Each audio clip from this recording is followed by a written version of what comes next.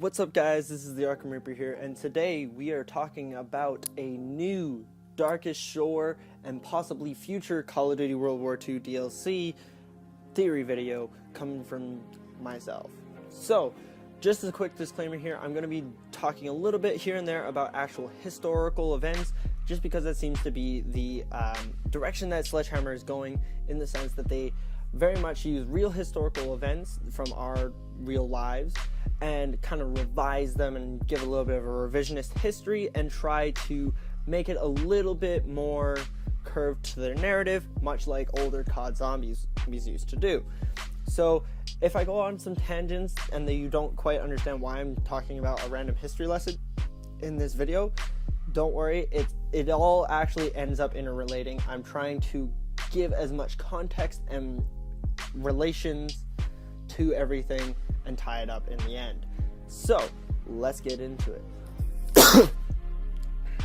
Cough is not part of it, but excuse me. Alright, so as you no doubt saw from the title of the video and the thumbnail, well, my theory is that the goddess Nerthus saves Frederick Barbarossa's life for the simple reasonings of that Nerthus has her own specific kind of rituals and so on about being able to contact her and those kinds of things that you would typically associate with gods and goddesses to appease them and so on. And Frederick Barbarossa is a king from the Holy Roman Empire from way back in the day. Technically, if we want to touch on this a little bit,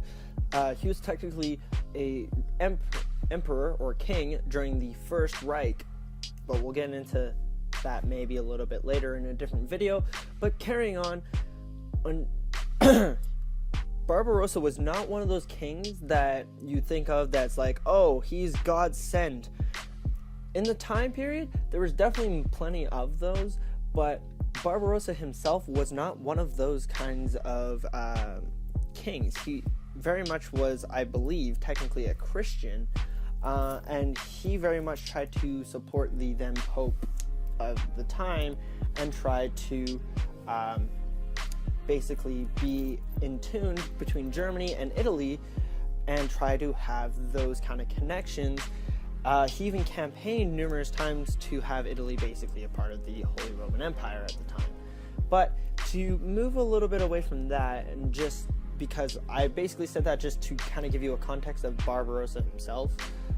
as to how it is that this can work within a goddess that isn't a Christian god, obviously, because there's only one god in Christianity. We are going to just now touch on Nerthus and what her kind of beliefs are about. So Nerthus is considered the goddess of death and fertility, and a lot of times you can kind of use those relatively interchangeably. If you look at depictions of immortality, it has to do with death and rebirth and being fertile, and she's also considered the goddess of the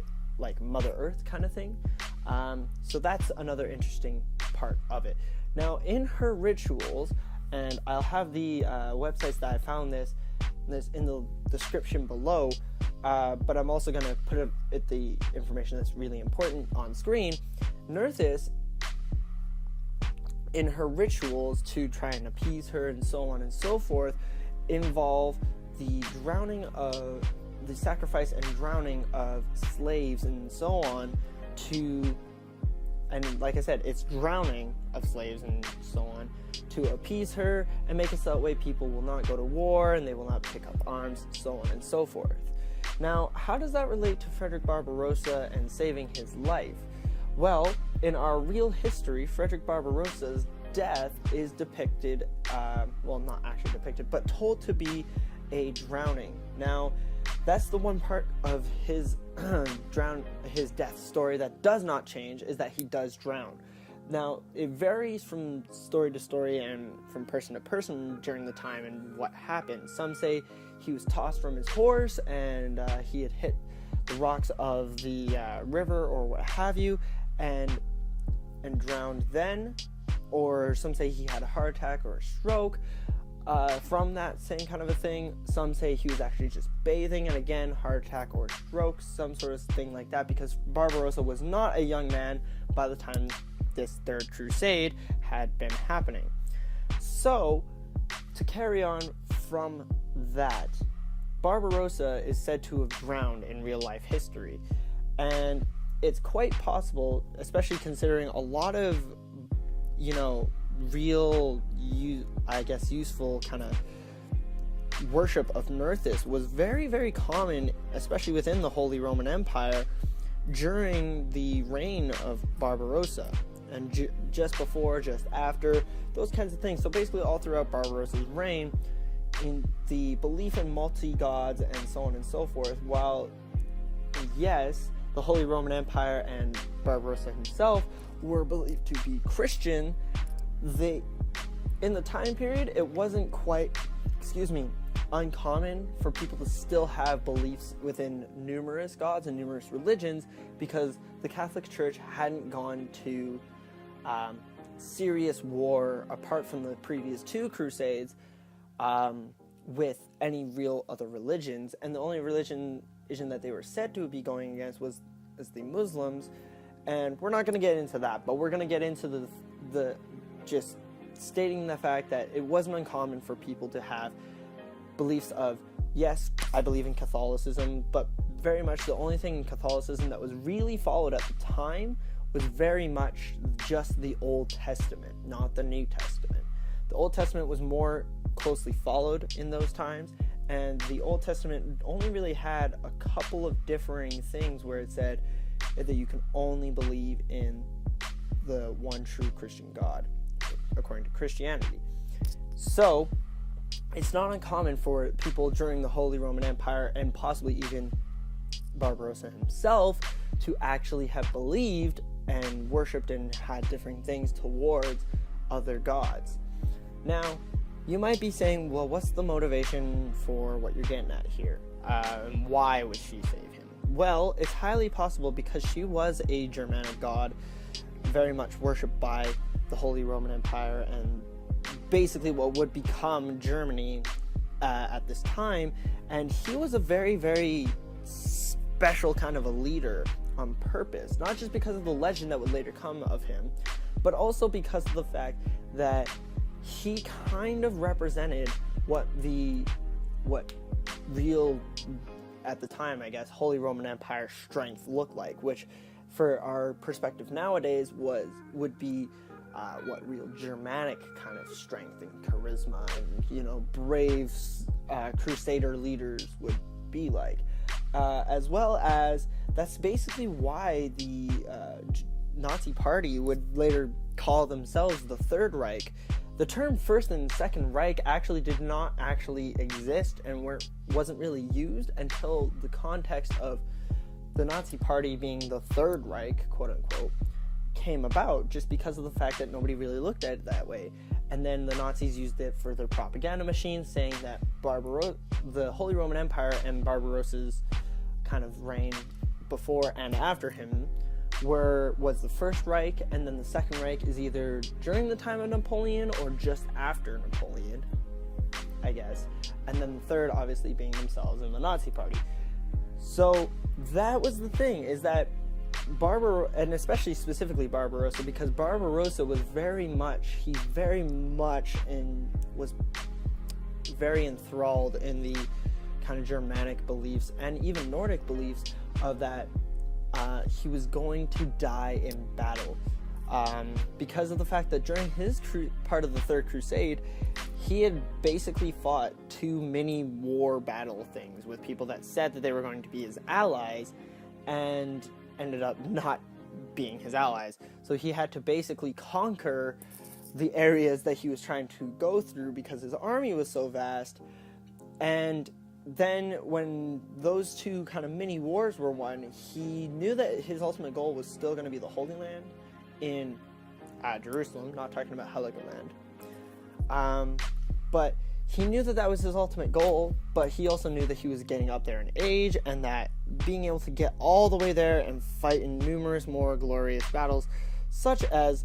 he did in the Second Crusade, and I believe even possibly in the First Crusade, that was not likely to happen, that he would not, that his days were pretty well numbered. So it's highly possible that he knew he had known the differing rituals of the goddess Nerthus, and basically, for lack of a better term, made a bargain with her. Because like I said, her ritual is about a slave to Nerthus drowning themselves, and then there's no more war, there's no more, everything else mentioned in the kind of ritualistic thing that I'm going to be showing on screen. And Barbarossa is said to have died by drowning. So what I think the potential is for Sledgehammer's revisionist history here could be that he actually went and asked Nerthus to save his life, or she just did it, in the sense that he's sacrificing himself and she wants to have him basically have his legend. Because basically the point I'm trying to kind of come across with is that while yes, our history says that Barbarossa drowns, our history also has the legend of Barbarossa that the Final Reich and in general World War II zombies was originally based off of the fact that he is asleep within the mountains, and as soon as he is awakened and his sword is returned to him / rebuilt, he will come to bring in a new age of Germany's ultimate greatness and this again and so on. So it's possible that Sledgehammer Games can use Nerthus as a kind of plot tool as to, like, yes, Barbarossa did die in the history of this world, but he was saved and would go on to basically be the servant of Nerthus and so on. And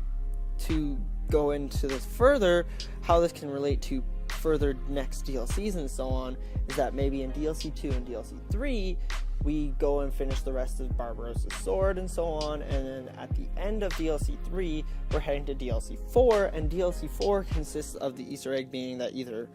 Straub somehow gets the sword from us, or that we specifically go and try and return it to Barbarossa to try and put him at a full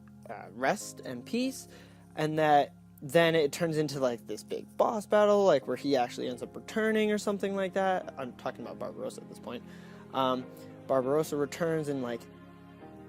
the way I kind of envision it in my head is like